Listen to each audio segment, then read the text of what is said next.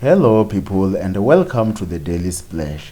On today's story, renowned public speaker and businessman Vusi Thembekwayo and his company My Growth Fund Venture Partners are being sued for 13.7 million by ex-business partner. Rovian Justin Naidu has taken both Thembekwayo and My Growth Fund to court, seeking payment of 13.7 million for services rendered. 13.7 million rand amount comprises of the following: 5 million for the work he has done for My Growth Fund and 8.7 million for brokering the rental deal for Mr. Thembekwayo and My Growth Fund. According to court papers, Naidu alleges that during June 2021, he, Thembekwayo and My Growth Fund concluded a verbal agreement to join their respective skills and resources with the purposes of creating investment opportunities and raising funding for projects. Thereby, Thembekwayo would utilize My Growth Fund as a primary vehicle, wherein investment opportunities will be created and conducted, and funding will be raised with the intention of making a profit. Thembekwayo agreed to transfer to him 50% of the total shareholding and or securities of My Growth Fund on condition that he leaves his successful company. Naidu was expected to conceptualize and compile fund structures, commercial term sheets, and investment memorandums. He will develop what was to become the My Growth Fund playbook, which was to be used to obtain new private equity venture capital and to build a high net worth variable rate debenture fund. Naidu said expected to do a due diligence on proposed projects, develop the exo capital playbook, structure a debt lending portfolio, and attend to the deal-making negotiations.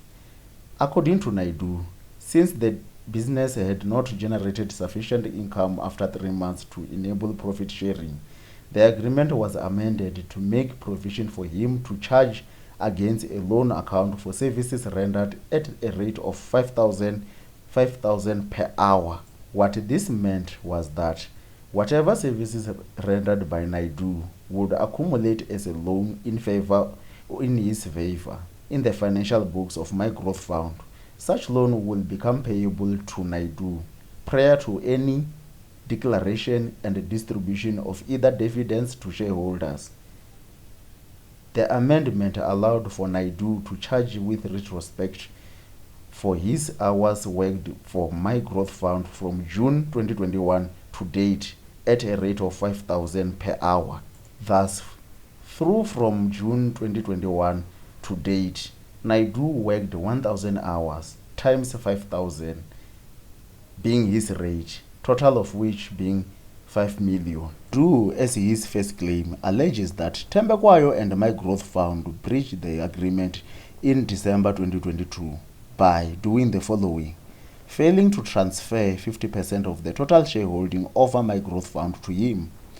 Secondly, failing to create a loan account in his favor in the books of My Growth Fund for the time spent towards projects at the agreed rate of 5,000 per hour.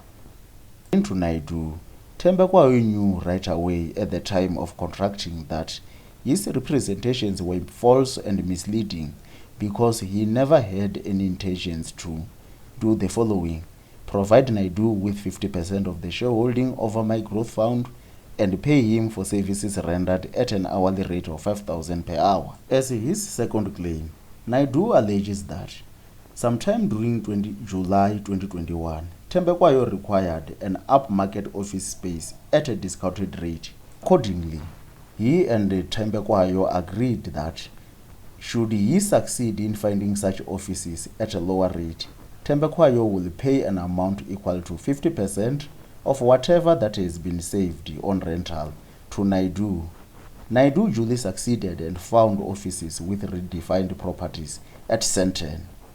Normal rental for the offices and parking bays would have cost Thembekwayo 3 million per year or 250,000 per month. A lease agreement brokered by Naidu was eventually concluded between My Growth Fund and Redefined, and it entailed that no rent will be charged and that only amounts of 80,000 in respect of offices and 37,000 in respect of parking bays will be payable. These amounts are the rates that the landlord will charge in respect of utilities and amenities. 50% of rental saved over a period of 5 years constitutes an amount of 8,799,900 rand, being an amount Naidu alleges he is entitled to in his second claim. Naidu alleges that Thembekwayo and My Growth Fund breached the agreement by failing to pay him this amount of 8,799,900 rand. The better question to be asking ourselves here is that, is an oral agreement a valid agreement which can be enforced against another party to it?